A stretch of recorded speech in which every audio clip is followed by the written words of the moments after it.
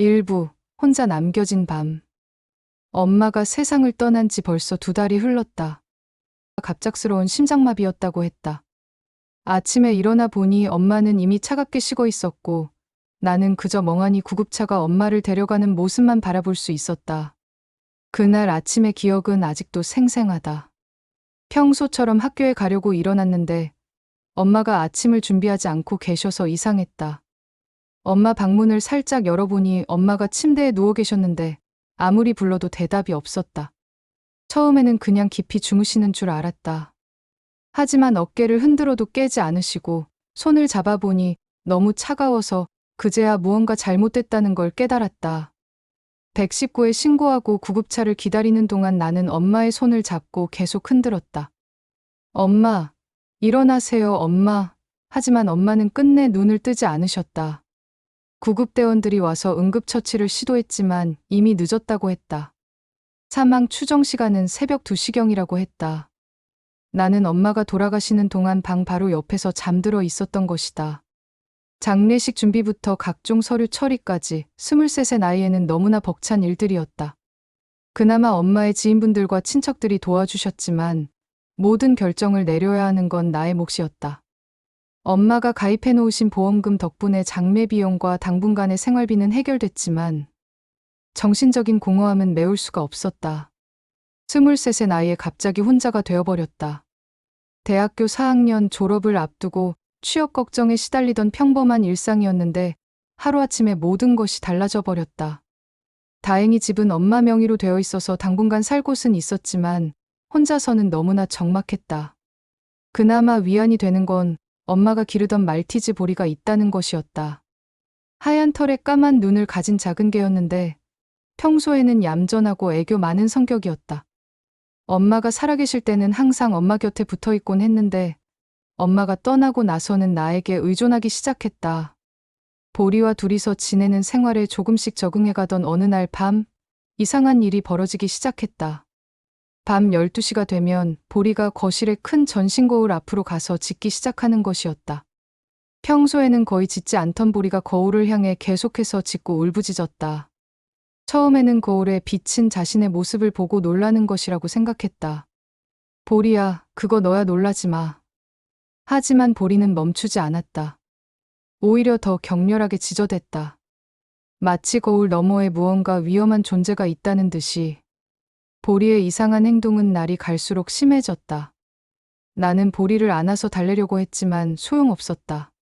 보리는 내 품에서 빠져나와 다시 거울 앞으로 가서는 더욱 격렬하게 짖어댔다. 처음 일주일 정도는 그냥 스트레스 때문이라고 생각했다. 엄마가 돌아가신 충격으로 보리도 예민해진 거라고 생각했다. 실제로 엄마가 돌아가신 직후에는 보리가 며칠간 밥도 제대로 먹지 않고 엄마 방 앞에서 계속 기다리고 있었다. 엄마가 나타나길 바라는 것 같았다. 하지만 시간이 지나도 보리의 행동은 나아지지 않았다. 오히려 더 정확해졌다. 그것도 항상 같은 자세로 같은 방향을 보면서. 나는 인터넷에서 반려동물의 이상행동에 대해 찾아보기도 했다. 주인을 잃은 반려동물이 보이는 분리불안 증상일 수도 있다고 했다. 하지만 보리는 낮에는 평상시와 다름없었다. 밥도 잘 먹고 산책도 좋아했고 내가 부르면 꼬리를 흔들며 달려왔다. 오직 밤 12시에만 이상한 행동을 보였다. 며칠 후부터는 나도 이상함을 느끼기 시작했다. 거실에 있을 때면 자꾸만 시선이 그 거울로 향했다. 그리고 거울 앞에 서면 설명할 수 없는 소름이 돋고 불안감이 몰려왔다. 마치 거울 속에서 누군가 나를 지켜보고 있는 것 같은 느낌이었다. 거울을 볼 때마다 등골이 서늘해지고 심장이 빨리 뛰었다. 특별히 무서운 모습이 보이는 것도 아니고 이상한 소리가 들리는 것도 아니었는데 왜인지 그 거울 앞에 서는 것이 두려웠다. 마치 거울이 단순한 거울이 아닌 다른 세계로 통하는 문 같은 느낌이었다. 어느 날은 거울에 비친 내 얼굴이 평소와 달라 보였다. 더 창백하고 눈가에 그림자가 짙게 드리워져 보였다. 혹시 스트레스 때문에 내가 예민해진 걸까 싶어서 거울에서 눈을 떼려고 했지만 이상하게도 시선을 거두기가 힘들었다. 마치 거울이 나를 붙잡고 놓지 않으려는 것 같았다. 혹시 거울에 문제가 있나? 나는 거울 표면을 자세히 들여다보고 닦아보기도 했다. 하지만 평범한 거울이었다. 엄마가 몇 년 전에 인테리어 때문에 사놨던 대형 전신 거울일 뿐이었다. 보리는 여전히 매일 밤 같은 시간에 거울 앞에서 지저댔다. 그런데 이상한 건 보리가 거울에 비친 자신의 모습을 보고 짖는 게 아니라는 것이었다. 보리는 정확히 거울 뒤쪽을 어딘가를 향해 짖고 있었다. 이부 거울 뒤의 비밀. 더 이상 참을 수 없었다. 보리의 짖는 소리 때문에 잠을 제대로 잘 수도 없었고 거울 때문에 거실에 있는 것조차 불편해졌다. 나는 거울을 다른 곳으로 옮기기로 결심했다. 보리야, 미안. 이 거울 치워야겠어. 하지만 내가 거울을 옮기려고 하자 보리가 더욱 격렬하게 짖기 시작했다. 마치 거울을 옮기면 안 된다고 말하는 것 같았다. 보리는 거울과 나 사이에 서서 거울을 지키려는 듯한 행동을 보였다. 왜 그래? 왜 이 거울을 그렇게 지키려고 해? 보리의 반응을 보면서 나는 이상한 생각이 들었다. 혹시 이 거울에 특별한 의미가 있는 걸까? 엄마가 이 거울을 특별히 아꼈던 기억은 없는데 용기를 내어 거울을 벽에서 떼어내려고 했다. 거울이 꽤 무거워서 혼자 옮기기는 힘들었지만 벽에서 조금씩 떼어낼 수 있었다. 그런데 거울을 약간 비스듬히 기울이는 순간 거울 뒤쪽 벽면에서 뭔가 떨어지는 소리가 들렸다. 심장이 쿵쾅거리기 시작했다. 나는 조심스럽게 거울을 완전히 벽에서 떼어내 옆으로 비켜놓았다. 거울이 있던 자리의 벽면을 살펴보니 벽지 일부가 약간 들뜬 곳이 있었다. 그 벽지를 조심스럽게 떼어내자 작은 틈새가 나타났다. 그리고 그 틈새 안에는 작은 가죽 일기장과 낡은 녹음기가 숨겨져 있었다. 손이 덜덜 떨렸다. 이게 뭐지? 엄마가 숨겨놓으신 건가? 떨리는 손으로 일기장을 꺼내 펼쳐보았다. 엄마의 친숙한 글씨체가 눈에 들어왔다. 하지만 내용은 전혀 친숙하지 않았다. 2023년 10월 15일 그가 점점 이상해지고 있다. 예전에 다정했던 모습은 온데간데 없고 요즘에는 화를 내는 일이 많아졌다. 특히 돈 이야기만 나오면 눈빛이 달라진다. 2023년 11월 3일 오늘도 또 소리를 질렀다. 소민이가 들을까봐 무서웠다. 이혼을 하자고 했지만 절대 안 된다고 한다. 뭔가를 숨기고 있는 것 같다. 2023년 12월 22일 그의 회사에 문제가 있다는 걸 알게 됐다. 횡령 의혹이 있다고 한다. 나에게는 아무 말도 안 했지만 이미 조사가 들어가고 있는 것 같다. 나는 일기를 읽으면서 점점 더 혼란스러워졌다. 아버지에 대한 이야기였다. 아버지는 내가 고등학교 때 집을 떠났다. 사업이 잘 안 된다며 먼 곳으로 일을 하러 간다고 했었는데 그 후로는 연락도 거의 끊겼다. 사실 아버지에 대한 기억은 그리 좋지 않았다. 어릴 때는 상냥한 아버지였지만 내가 중학생이 될 무렵부터 자주 집에 늦게 들어오시고 술 냄새를 풍기며 엄마와 말다툼을 하는 일이 많았다. 그때는 단순히 직장 스트레스 때문이라고 생각했다. 하지만 일기를 보니 그게 아니었던 것 같다. 엄마는 아버지에 대해 별로 말하지 않았다. 그냥 바쁘게 일하고 있을 거라고만 했다. 나도 굳이 묻지 않았다. 솔직히 아버지가 집을 떠나고 나서 오히려 집안 분위기가 평화로워졌기 때문이다. 더 이상 큰 소리로 말다툼을 하는 일도 없었고 엄마도 웃는 일이 많아졌다. 하지만 일기를 보니 엄마는 계속 아버지 때문에 고민하고 계셨던 것 같다. 특히 2024년에 들어서면서 일기의 내용은 더욱 심각해졌다. 일기는 계속 이어졌다. 2024년 1월 10일 드디어 진실을 알게 됐다. 그는 회사 돈을 빼돌렸다. 그것도 몇 년간 계속해서. 이제 발각될 위험에 처하자 모든 걸 내 탓으로 돌리려고 한다. 2024년 1월 25일 그가 나를 협박하고 있다. 만약 이 일을 경찰에 신고하면 소민이까지 위험해질 거라고 한다. 어떻게 해야 할지 모르겠다. 2024년 2월 14일 오늘 밤에도 또 왔다. 소민이가 잠든 시간을 노려서 몰래 들어온다. 열쇠를 바꿔도 소용없다. 어떻게든 들어오는 방법을 아는 것 같다. 보리가 계속 짖어서 알았다. 보리는 그가 오는 걸 미리 안다. 아버지가 몰래 집에 들어왔다는 얘기인가? 엄마가 살아계실 때 그런 일이 있었다는 말인가? 나는 전혀 모르고 있었다. 그리고 마지막 페이지에는 충격적인 내용이 적혀 있었다. 내 죽음은 병이 아니라 누군가의 손에 의해 올 것이다. 만약 내게 무슨 일이 생기면 솜이나 거울 뒤를 확인해라. 그리고 녹음기를 들어봐라. 진실을 알게 될 거야. 엄마가 너를 얼마나 사랑하는지, 그리고 너를 지키기 위해 얼마나 노력했는지 알게 될 거야. 나는 일기장을 내려놓고 한참 동안 멍하니 앉아 있었다. 엄마가 자신의 죽음을 예감하고 있었다는 게 믿어지지 않았다. 그리고 그 죽음이 자연사가 아닐 거라고 생각하고 있었다는 것도. 녹음기의 재생 버튼을 누르기까지 한참이나 걸렸다. 무엇이 들려올지 알 수 없어서 두려웠다. 하지만 진실을 알아야 했다. 재생 버튼을 누르자 처음에는 잡음만 들렸다. 그러다가 엄마의 목소리가 들려왔다. 제발 그만둬. 이제 그만해. 그리고 낮고 위협적인 남성의 목소리가 뒤따라 들렸다. 입 다물어. 이 일 알리면 넌 끝이야. 소민이까지 망칠 생각이야? 나는 그 목소리를 알아차렸다. 아버지였다. 오랫동안 듣지 못했던 아버지의 목소리였지만 분명했다. 소민이는 상관없어. 이건 당신이 저지른 일이잖아. 상관없어? 누가 그걸 믿겠어? 부인이 모를 리 없다고 생각할 텐데? 너도 공범이라고 생각할 거야. 엄마의 흐느끼는 소리가 들렸다. 제발. 소민이는 아무것도 모르고 있어. 그냥 자수해.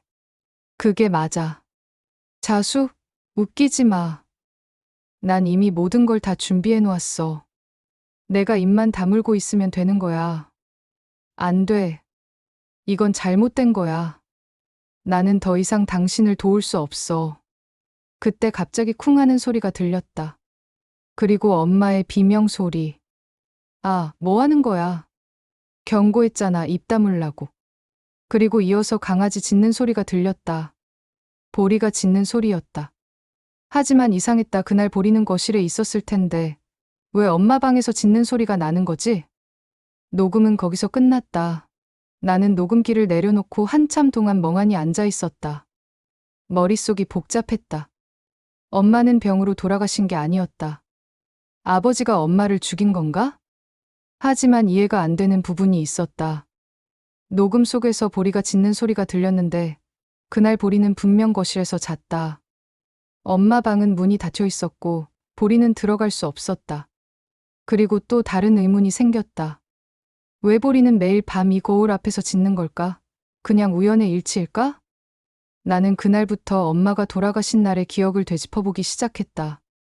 사실 그날 밤에 이상한 일이 있었다.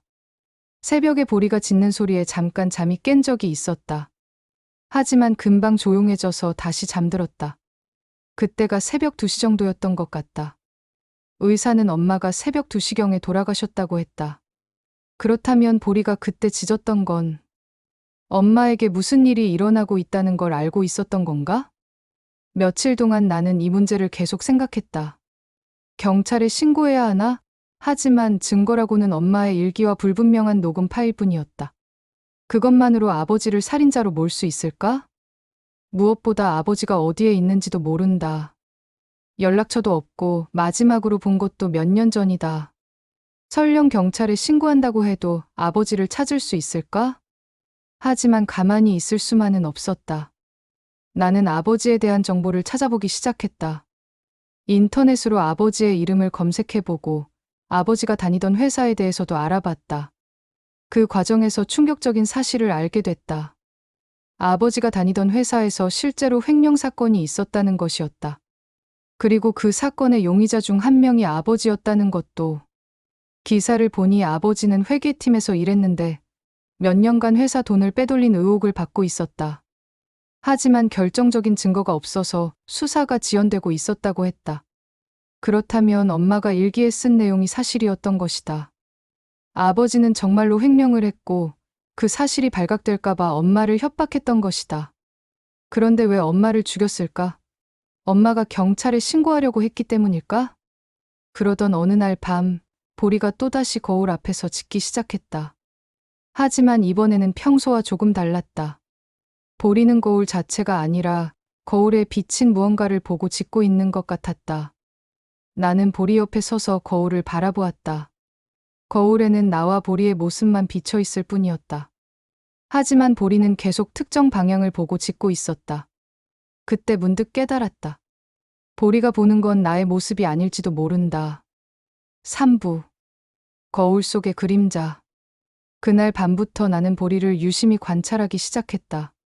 보리가 정확히 무엇을 보고 짖는지 알고 싶었다. 보리는 거울의 특정 부분, 정확히는 거울 오른쪽 상단 부분을 보고 짖었다. 나는 그 부분을 자세히 들여다보았지만 특별한 건 보이지 않았다. 그냥 평범한 거실의 모습이 비쳐 있을 뿐이었다. 하지만 며칠간 계속 관찰한 결과 이상한 점을 발견했다. 보리가 짖는 시점이 정확히 밤 12시였다는 것이다. 그리고 정확히 10분간 짖은 후에는 조용해진다는 것이었다. 왜 하필 그 시간일까? 그 시간에 무슨 특별한 의미가 있는 건가? 나는 엄마의 일기를 다시 읽어보았다. 혹시 중요한 단서를 놓쳤을지도 모른다고 생각했다. 그런데 일기 마지막 장에서 이상한 메모를 발견했다. 그는 항상 밤 12시에 들어온다. 소민이가 잠든 시간을 노려서. 아버지는 밤 12시에 집에 들어왔다는 뜻인가? 하지만 아버지는 이미 집을 떠났는데. 그리고 또 다른 메모도 있었다. 보리가 이상하게 행동한다. 밤만 되면 누군가를 경계하는 것처럼 짖는다. 마치 위험한 사람이 오는 걸 미리 아는 것처럼. 이제 조금씩 퍼즐이 맞춰지기 시작했다. 보리는 아버지의 존재를 감지하고 있었던 것이다. 엄마가 살아있을 때부터 보리는 아버지가 집에 몰래 들어오는 걸 알고 있었다. 그렇다면 지금도 아버지가 여전히 이 집 주변에 있다는 말인가? 그 생각을 하니 소름이 돋았다. 혹시 아버지가 아직도 이 근처에 있는 건 아닐까? 엄마를 죽이고도 아직 이 집을 감시하고 있는 건 아닐까? 나는 그날부터 집 주변을 더 자세히 살펴보기 시작했다. 혹시 아버지가 숨어서 지켜보고 있는 건 아닌지, 집 주변에 이상한 흔적이 있는 건 아닌지 확인해 봤다. 하지만 특별한 건 발견할 수 없었다. 그래도 불안해서 밤에는 창문 커튼을 모두 쳐놓고 문도 이중으로 잠갔다. 현관문과 방문에 체인까지 걸어놓았다. 보리는 여전히 매일 밤 12시에 거울 앞에서 지저댔다. 며칠 후에는 경비업체에 연락해서 집에 보안 시스템을 설치해달라고 했다. 문과 창문에 센서를 달고 현관에는 CCTV도 설치했다. 혹시라도 누군가 집에 침입하려고 하면 바로 알 수 있도록 했다. 하지만 보안 시스템을 설치한 후에도 보리의 행동은 변하지 않았다. 여전히 정확히 밤 12시에 거울 앞에서 짖기 시작했다. 이상한 건 보안 시스템에는 아무런 반응이 없다는 것이었다. 아무도 집에 접근하지 않았고 문이나 창문이 열리지도 않았다. 그렇다면 보리가 반응하는 건 실제 사람이 아닐 수도 있겠다는 생각이 들었다. 어느 날은 용기를 내어 보리가 짖는 동안 거울 앞에 서봤다. 보리가 보는 걸 나도 볼 수 있을까 해서였다. 거울 앞에 서자 등골이 서늘해졌다. 평소처럼 설명할 수 없는 불안감이 몰려왔다. 그런데 이번에는 조금 달랐다. 거울 속에서 뭔가 움직이는 것 같은 느낌이 들었다. 나는 거울을 자세히 들여다보았다. 처음에는 나의 모습만 보였다. 하지만 계속 보고 있자니 거울 뒤편에서 흐릿한 그림자 같은 것이 움직이는 것 같았다. 환상일까? 아니면 정말로 무언가 있는 걸까? 보리는 더욱 격렬하게 짖었다. 마치 거울 속의 그 그림자를 쫓아내려는 것처럼. 그날 이후로 나는 거울에 대해 더 자세히 관찰하기 시작했다. 낮에도 거울을 보면서 혹시 이상한 점이 있나 살펴봤다. 하지만 낮에는 평범한 거울일 뿐이었다. 이상한 건 밤에만 일어났다. 특히 밤 12시 정각에. 그때 갑자기 깨달았다. 보리가 짖는 이유를 이제야 알 것 같았다. 보리는 거울에 비친 나를 보고 짖는 게 아니었다. 거울에 비친 다른 누군가를 보고 짖고 있었던 것이다. 하지만 그 다른 누군가는 내 눈에는 보이지 않았다. 오직 보리만이 볼 수 있는 존재였다. 그 존재가 누구인지는 이제 어느 정도 짐작이 갔다. 아버지였을 것이다. 며칠 후 나는 결정적인 단서를 찾아냈다. 엄마 방에서 또 다른 메모를 발견한 것이다. 보리는 거울에 비친 그의 모습을 본다. 나는 보지 못하지만 보리는 본다. 개들이 사람보다 영적인 존재를 잘 본다고 하던데 정말 그런 것 같다. 그는 죽은 후에도 이 집을 떠나지 못하고 있다. 아니, 떠나지 않고 있다. 무언가 미련이 남아있는 것 같다. 죽은 후에도? 그게 무슨 뜻이지? 아버지가 죽었다는 말인가? 나는 황급히 인터넷으로 아버지의 소식을 찾아보았다. 아버지의 이름으로 검색해보니 몇 가지 기사가 나왔다. 횡령 혐의 김씨, 수사 중 도주 후 사망 확인. 도주 중이던 횡령범, 교통사고로 숨져. 기사 날짜를 보니 엄마가 돌아가신 바로 며칠 후였다. 아버지는 이미 죽었다. 엄마를 죽이고 도주하던 중에 교통사고로 죽은 것이었다. 그렇다면 보리가 거울에서 보는 것은 아버지의 영혼인가? 갑자기 모든 게 말이 되기 시작했다. 보리는 아버지의 영혼이 거울에 비치는 걸 보고 짓고 있었던 것이다. 엄마를 죽인 아버지의 영혼이 아직도 이 집에 머물러 있다는 뜻이었다. 그날 밤 나는 보리와 함께 거울 앞에서 기다렸다. 12시가 되자 보리가 짖기 시작했다. 나는 거울을 똑바로 바라보며 말했다. 아버지, 아버지인가요? 그 순간 거울 속에서 희미한 목소리가 들려왔다. 소민아, 그것은 분명 아버지의 목소리였다. 넌 절대 엄마처럼 진실을 알면 안 됐어. 아버지의 목소리는 거울 속에서 희미하게 울려 퍼졌다. 나는 온몸에 소름이 돋았지만 그 자리를 떠나지 못했다. 마치 가위에 눌린 것처럼 온몸이 뻣뻣하게 굳었다. 보리는 내 옆에서 계속 짖고 있었고 거울 속의 형상은 점점 선명해지고 있었다. 아버지, 정말 아버지인가요? 소민아, 너무 컸구나. 마지막으로 본 게 언제였더라. 아버지의 목소리에는 그리움과 후회가 섞여 있었다. 하지만 나는 그 감정에 흔들리지 않으려고 했다. 왜 엄마를 죽였어요? 죽인 게 아니야. 그냥 실수였어. 너를 지키려고 했던 거야. 거짓말하지 마세요. 녹음기를 들었어요. 거울 속의 아버지 형상은 잠시 조용했다가 다시 말했다. 그 녹음기. 엄마가 날 함정에 빠뜨리려고 만든 거야.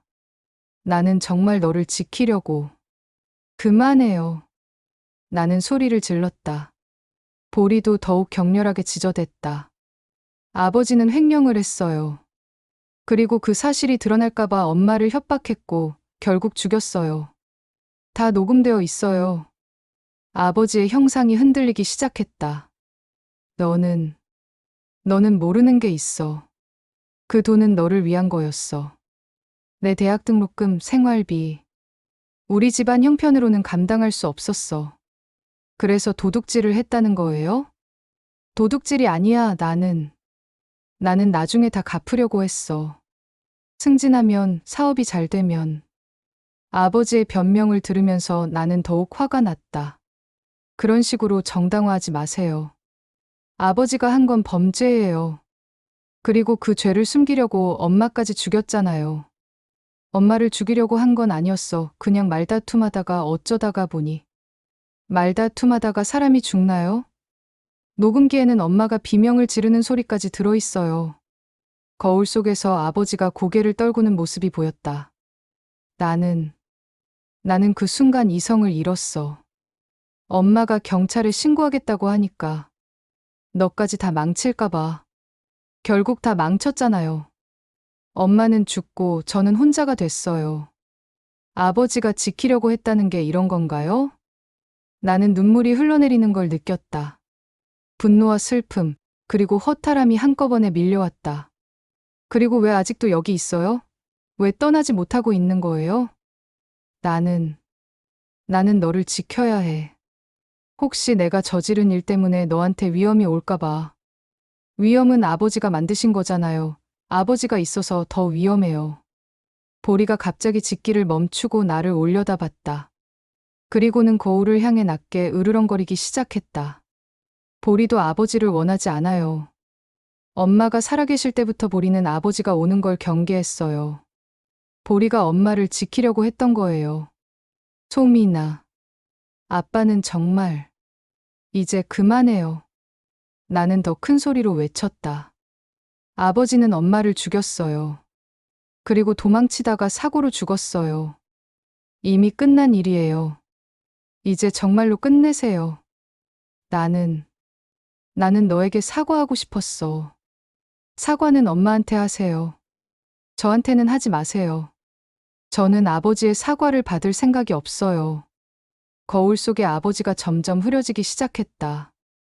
마치 안개가 걷히는 것처럼. 소민아, 제발, 아빠를 용서해줘. 용서는 저 혼자 할 수 없어요. 엄마가 용서해야죠. 그런데 엄마는 이제 없어요. 아버지가 없앴잖아요. 미안하다. 정말 미안하다. 후회한다고 엄마가 돌아오나요? 후회한다고 제가 겪은 고통이 사라져요? 나는 눈물을 닦으며 거울을 똑바로 바라봤다. 이제 그만 떠나세요. 엄마도, 저도, 보리도 아버지가 없어야 편해요. 아버지는 이미 죽었어요. 죽은 사람이 계속 산 사람들을 괴롭히면 안 되죠. 그 순간 거울 속의 아버지 형상이 마지막으로 선명해졌다. 소민아, 행복하게 살아라. 아빠를 대신해서 미안하다고 전해줘. 그런 말 전하지 않을 거예요. 엄마는 아버지의 사과 따위 원하지 않아요. 그래도 너만큼은. 저도 마찬가지예요. 아버지의 사과도 후회도 원하지 않아요. 그냥 사라져 주세요.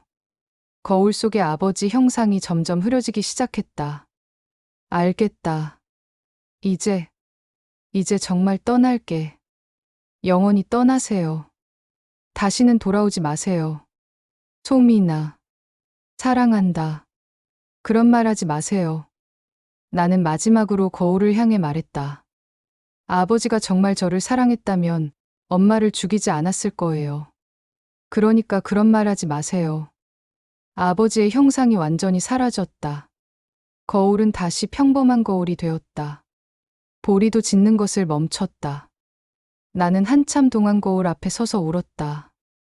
분노도 슬픔도 허탈함도 모든 감정이 눈물과 함께 흘러나왔다. 보리가 내 옆에 와서 조용히 앉아 있었다. 그날 밤 이후로 보리는 더 이상 거울 앞에서 짖지 않았다. 거울은 다시 평범한 거울이 되었고 나와 보리는 평화로운 일상을 되찾을 수 있었다. 하지만 그 평화로움 속에는 여전히 아픔이 남아 있었다. 엄마를 잃은 슬픔, 아버지에 대한 분노와 실망감, 그리고 혼자가 된 외로움. 그래도 이제 진실을 알았다. 엄마가 왜 돌아가셨는지, 보리가 왜 그렇게 행동했는지. 그 진실은 고통스러웠지만 모르는 것보다는 나았다. 엄마가 남긴 메시지를 이해할 수 있었다. 엄마는 끝까지 나를 지키려고 했던 것이다. 일기와 녹음기를 남긴 것도, 보리에게 진실을 알게 해준 것도 모두 나를 위한 마지막 사랑이었다. 보리와 함께하는 새로운 시작이었다. 엄마의 사랑과 보리의 충성심, 그리고 이제는 진실까지 알게 된 나. 우리는 서로를 의지하며 살아갈 수 있을 것이다. 거울은 이제 단순한 거울일 뿐이다. 더 이상 그 속에서 무언가를 찾으려 하지 않는다. 진실은 이미 충분히 찾았으니까. 하지만 가끔은 거울을 보면서 생각한다. 만약 아버지가 다른 선택을 했다면 어땠을까? 만약 아버지가 처음부터 솔직했다면 엄마가 아직 살아계실 수 있었을까? 그런 생각들은 답이 없다. 이미 일어난 일을 되돌릴 수는 없으니까. 이제는 앞으로의 일만 생각하려고 한다. 졸업하고 취업하고 보리와 함께 새로운 삶을 시작하는 것. 엄마가 바라던 일들을 하나씩 해나가는 것. 엄마, 이제 편히 쉬세요. 저와 보리가 잘 살아갈게요. 아버지는 다시는 우리를 괴롭히지 못할 거예요. 보리가 지켜줄 거예요. 저도 이제 혼자가 아니에요.